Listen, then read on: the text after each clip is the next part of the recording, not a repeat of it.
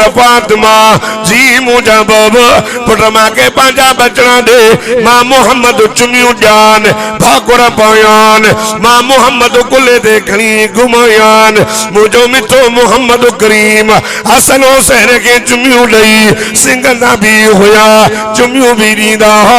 हुजूर ये फरमायो हुसैन मिन्नी व अना मिनल हुसैन लोगो हुसैन मुमा मा हुसैन मा मदीने जमीर फरमायो ओ मुझा रब मा हुसैन सा प्यार दो कया रब तू भी उन सा प्यार कजाए जेको हुसैन सा प्यार करे। नारे तकबीर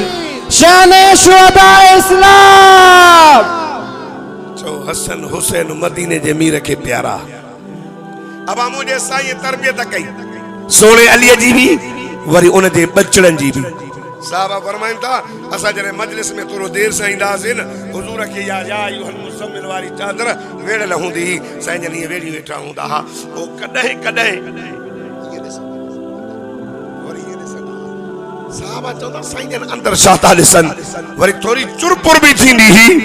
पो जने ॾिसंदा हासे त मदीने जे मीर जे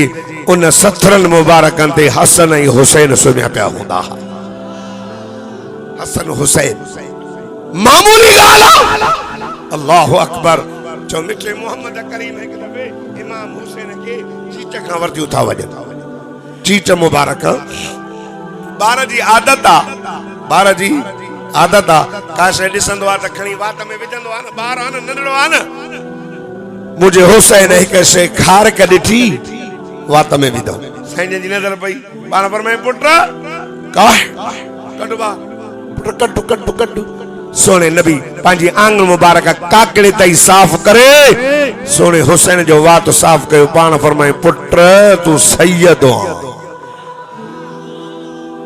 असां देवबंदी सैयदन जा नौकर हूं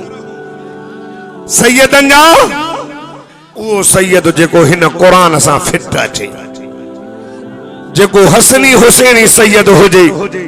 बाकी छडाए सैयद बाकी घरड़ घोट अलाह नबी जी ओट सैयद भंग न पींदो आ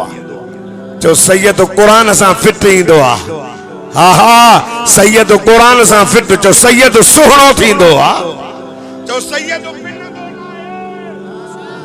सैयद पिनंदो न अरे हक आ त तू सैयद खां वञी पिन न सैयद ॿियनि खे ॾे जो सैयद सखी थींदो आ जो सैयद सखी थींदो आ जो सैयद जो हिन कुरान सां प्यार सैयद फरमाए पुट तू सैयद हो तुझे पेट में हलाल वने हराम न वने जो सुभान अल्लाह तुझे पेट में जायज वने ना जायज न वने और जो सैयद सदाए दमादम मस्त कलंदर हर शय अंदर न हलाल न हराम न जायज न कुछ सोचई कोन ना जो सैयद हलाल खाईंदो आ सैयद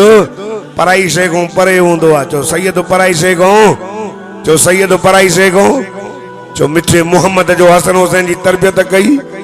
पाक नबी इमामुल अंबिया रहमतुल्लाह अलमीन नबी घर में आया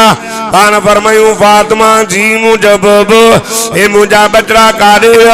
अबा मां पान परेशान ए निकरी वयान सुबह खां उठी करे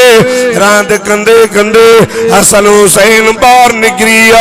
मदीने जे मीर फरमायो पुट गोलो त सही सोनो नबी गोलींदे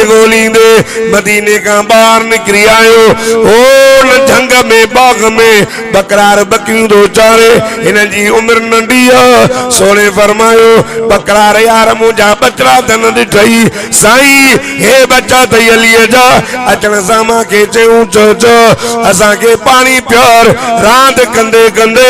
असां पहुता आहियूं हिते बार असां के अरे तो बिजली आई आ ॿियो कुछ न थियो